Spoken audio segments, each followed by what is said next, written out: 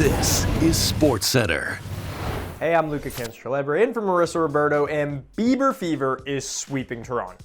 Now, we got into this yesterday, but now the day has arrived, with the Jays in Miami to open their series against the Marlins. That's right, Shane Bieber gets the ball tonight, and it's his first major league start since having Tommy John surgery last April. And if his rehab appearances were any indication, he's ready to go. So what exactly are the Jays getting in their new starter? Well, he's a two-time All-Star, and he was outstanding in that shortened 2020 season. He won the Cy Young that year. And despite battling injuries since, he's been pretty dominant when he's been on the mound. Needless to say, the Jays rotation is deep. Eric Lauer is heading to the bullpen for the weekend at least. That leaves them with 5 guys that have done some major damage over the course of their careers. And Toronto will need all hands on deck, because things are starting to heat up in the AL East. The Yankees have caught fire again, and the Jays will have to hold them and the Red Sox off if they want that ever-important first-round bye.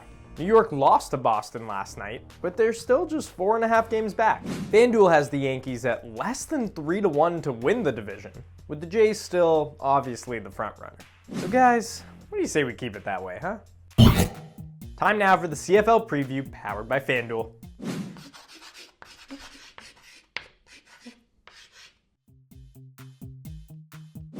And after their standard slow start, things are actually starting to pick up for the Elks. They've won 2 straight games, and they're looking for a third when they visit the Redblacks tonight.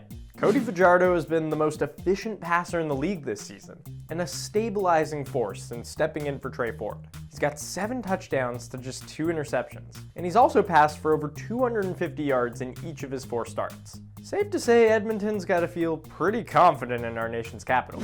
And if you think that Fajardo's ready to go off again, FanDuel's got something that's pretty hard to resist, with these generous odds of him passing for 3 or more touchdowns. Meanwhile, things are looking dicey at QB for the Redblacks. They lost starter Drew Brown to an upper body injury last week, and now they turn to Dustin Crum tonight against Edmonton.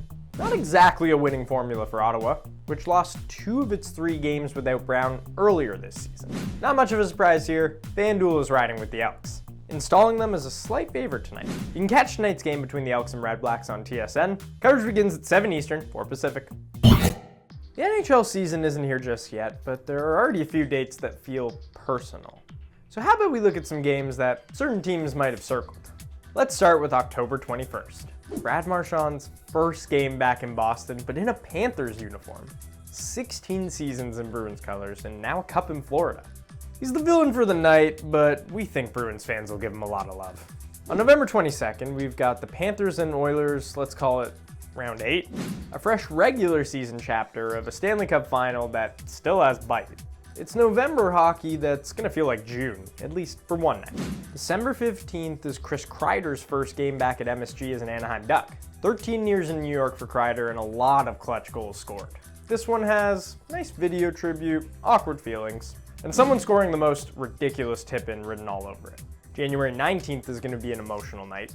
Jonathan Toews returns to Chicago as a member of his hometown Jets. And there's no revenge in this one, just respect for a hockey legend returning after not playing for 2 years. It's going to be a meaningful, long ovation.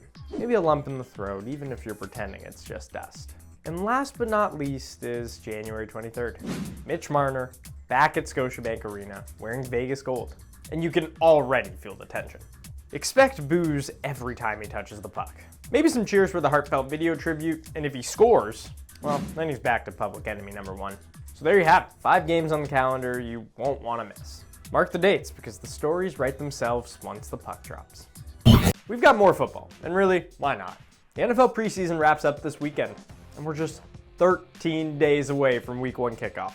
Tonight we'll get our final look at first overall pick Cam Ward, who had an eventful week at Titans camp. On Tuesday, Ward had a dust-up with teammate Jeffrey Simmons, and then had this to say when asked about the scrap. Did I learn anything from it? Just strong.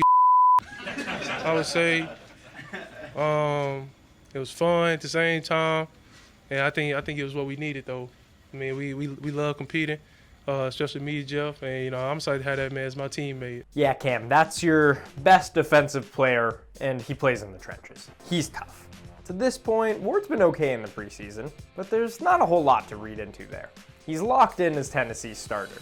And if you believe ESPN's Ryan Clark, Ford is ready to ball out. What I love about all the stories coming out of Tennessee is they're all about intangibles. They're all about how early he shows up for work. It's all about the way that he galvanizes his teammates, and now he's bringing in different guys to film studies. These are the things that you hear about some of the greats that have played the game, like the Peyton Mannings, like the Tom Brady. It wasn't all about what they can do with arm talent or measurables. It was about how they made people around them better based on the way that they approach their work. FanDuel's given Ward the second best odds to win Offensive Rookie of the Year, behind only Ashton Genty.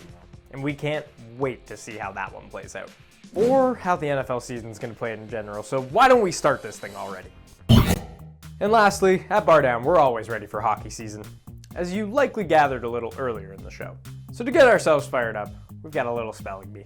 Some of the toughest names in all of hockey, from some of the brightest minds in all of hockey. Jesse, you're up first. Your first name is Henry Yokiharu. No, come on. No way. JokijAARU?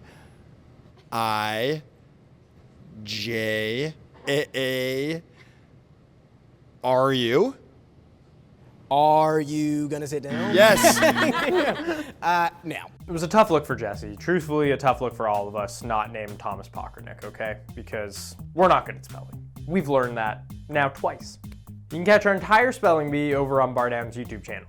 And if you're watching on Instagram, we'll make it extra easy. Just click that link. That's all for today. Have a great weekend. Marissa will be back here Monday at 3 Eastern, New Pacific. Have a great day.